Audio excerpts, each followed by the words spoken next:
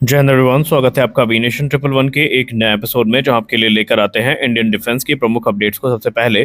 तो चैनल को सब्सक्राइब करना मत भूलिएगा।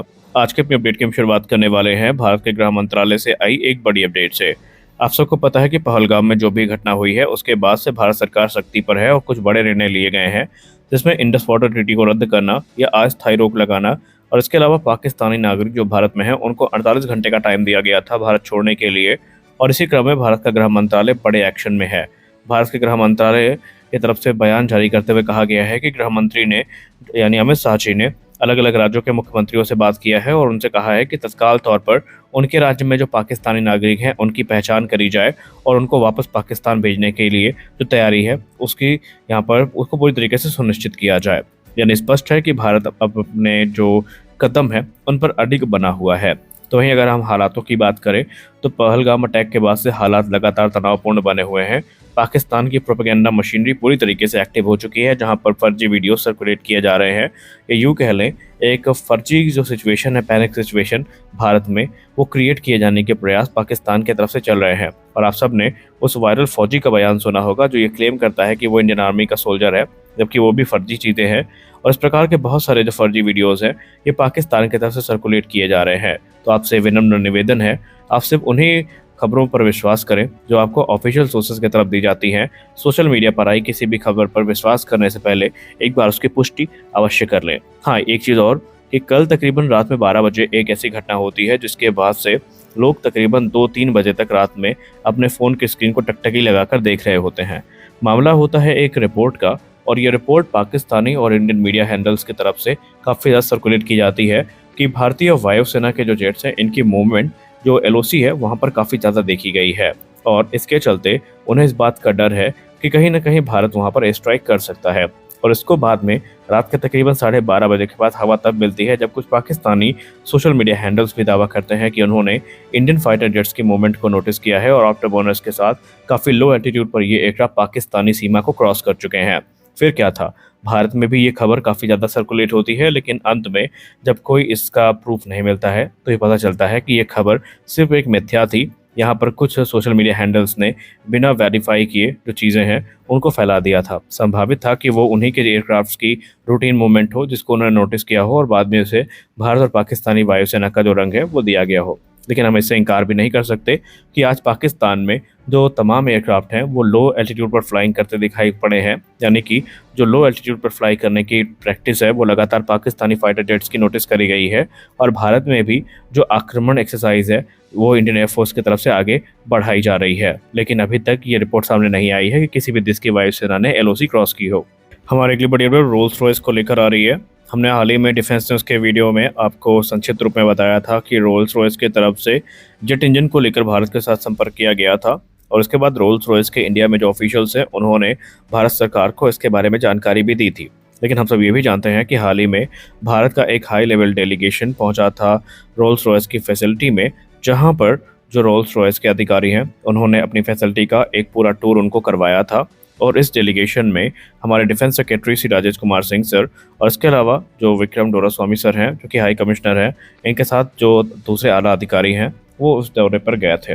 लेकिन अब इसको लेकर फर्दर रिपोर्ट्स भी सामने आ चुकी हैं, जहां पर रोल्स रॉयस के सीनियर ऑफिशियल ने अपने प्रस्ताव को संक्षिप्त रूप में या यूँ कहें विस्तारित रूप में भारत के सामने रखा है। और भारत को उन्होंने बताया है कि रोल्स रॉयस के साथ कोलैब करने पर भारत को क्या क्या बेनिफिट मिल सकते हैं और कैसे रोल्स रॉयस भारत के प्रोग्राम में सहयोग करेगा।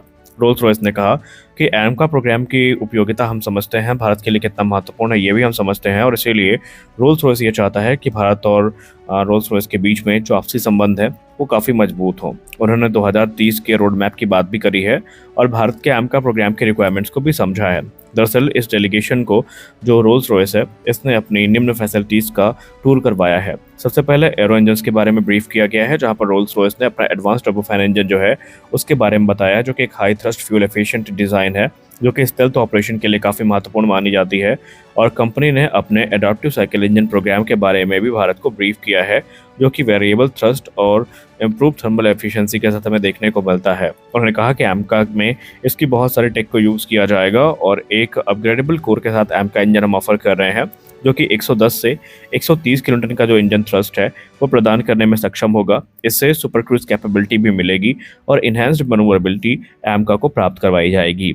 इसके बाद उन्होंने मरीन प्रपोल्सन सिस्टम है इसकी फैसिलिटी का दौरा करवाया है, जहां पर रोल्स रॉयस ने अपने जो नेवल प्रपोल्शन टेक्नोलॉजी है इसके बारे में जानकारी भारत को दी है, क्योंकि उन्हें पता है कि भारत के आगामी इंडिजिनस एयरक्राफ्ट कैरियर 2, जिसको आईएनएस विक्रांत के सिस्टर क्लास शिप के तौर पर हम जानते हैं, और नेक्स्ट जनरेशन डिस्ट्रॉयर्स में भारत को इंजन की जरूरत पड़ेगी। और इसके लिए उन्होंने जो भारत के डेलीगेशन है उसको इस फैसिलिटी का दौरा भी करवाया है। इसके अलावा दूसरी नीच टेक्नोलॉजीज जिसमें कि रोल्स रॉयस की तरफ से जो एडवांसमेंट करी गई है मैन्युफैक्चरिंग में, उसके बारे में बताया गया है। एआई ड्रिवन मेंटेनेंस सिस्टम दिखाया गया है और दूसरे जो सस्टेनेबल एविएशन टेक्नोलॉजीज हैं उनके बारे में भारत को ब्रीफ किया गया है। लेकिन प्राइमरी उद्देश्य जो रहा था इस टूर का भारत का, वो था जेट इंजन, और उसको लेकर रोल्स रॉयस ने भारत को ब्रीफ किया है। अब आपको याद दिला दें कि कुछ ही समय पूर्व जब अभी लेज़र वेपन को अनवील किया गया था 30 किलोवाट के, तो उस समय डीआरडीओ चीफ ने कहा था कि आने वाले 1 से 2 महीने में आपको इस संबंध में बड़ी रिपोर्ट्स देखने को मिलेंगी। तो संभावित है कि कहीं ना कहीं भारत का रुझान रोल्स रॉयस की तरफ बढ़ता दिखाई पड़ रहा है, क्योंकि रोल्स रॉयस जो टेक्नोलॉजी ऑफर कर रही है वो बहुत ही ज़्यादा प्रॉमिसिंग है। हालांकि अभी भी हम ये नहीं कह सकते कि भारत ने सैफरान को बाईपास कर दिया है या किसी विनर को सेलेक्ट कर लिया है, लेकिन कंपटीशन था जनरल इलेक्ट्रिक, सैफरान और रोल्स रॉयस के बीच में, जहां पर रोल्स रॉयस अब बढ़त हासिल करती नजर आ रही है। क्योंकि इंटेलेक्चुअल प्रॉपर्टी राइट्स को लेकर तो रोल्स रॉयस शुरुआत से ही काफ़ी प्रखर है कि उन्होंने कहा है कि भारत को हर प्रकार से जो इंटेलेक्चुअल प्रॉपर्टी राइट्स हैं वो दिए जाएंगे, हमारा कोई कंट्रोल नहीं होगा भारत के ऊपर। भारत की मर्जी होगी इंजन को कैसे यूज़ करना है, किसको एक्सपोर्ट करना है, कैसे मॉडिफाई करना है, हमारा काम सहयोग तक सीमित होगा। हम भारत को हर यथासंभव सहयोग देंगे। और फ्लाइंग टेस्ट बेड की जहां तक बात रही, तो रोल्स रॉयस इंजन टेस्टिंग से सर्टिफिकेशन और प्रोडक्शन रेडीनेस तक का जो पूरा जिम्मा है वो लेती है। भारत को इसके बारे में विचार करने की अत्यधिक आवश्यकता नहीं पड़ेगी। हम भारत का हर प्रकार से सहयोग करने के लिए तैयार हैं। रही बात अगर डेवलपमेंट की, तो रोल्स रॉयस ने कहा कि पार्ट्स और कंपोनेंट्स को भी लोकली सोर्स किया जाएगा भारत में, और एक पूरा जो लोकल सप्लाई चेन है उसको स्टैब्लिश किया जाएगा। तो इससे भारत के लिए भविष्य भी पूरी तरीके से सेफ और आरामदायक होगा। हमारी अगली बड़ी अपडेट साब ग्रिपेन को लेकर आ रही है। साब ग्रिपेन को लेकर स्वीडिश एयरक्राफ्ट मैन्युफैक्चरर साब की तरफ से एक बड़ा बयान दिया गया है, जहां पर साब ने कहा है कि हम इस समय भारत के उस नए टेंडर पर नजर बनाए हुए हैं जिसके अंतर्गत जो फाइटर एयरक्राफ्ट को खरीदने की बात की जा रही है। यहाँ पर बात हुई है एमआरएफए के बारे में, और उन्होंने ये भी हाईलाइट किया है कि हमारा जो प्लेटफॉर्म है ये नए और एडवांस वेपन सिस्टम के लिए पूरी तरीके से अडॉप्टेबिलिटी और कंपैटिबिलिटी को प्रदर्शित करेगा।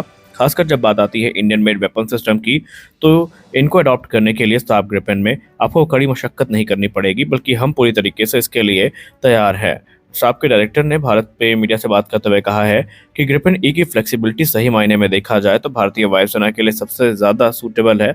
इसका ओपन आर्किटेक्चर भारत को इनेबल करेगा कि जो वेपन सिस्टम है इनका इंटीग्रेशन कम से कम समय में किया जा सकेगा, और यहाँ पर भारत की रिक्वायरमेंट के हिसाब से हम प्लेटफॉर्म को मॉडिफाई करने के लिए पूरी तरीके से तैयार है। यानी इस समय एक बार फिर से जो एयरक्राफ्ट कंटेंडर्स हैं वो अपने पूरे जोश के साथ प्रोग्राम में री एंटर करते नजर आ रहे हैं। इस वीडियो में बस इतना ही, मिलते हैं अगले वीडियो में, तब तक के लिए जय हिंद।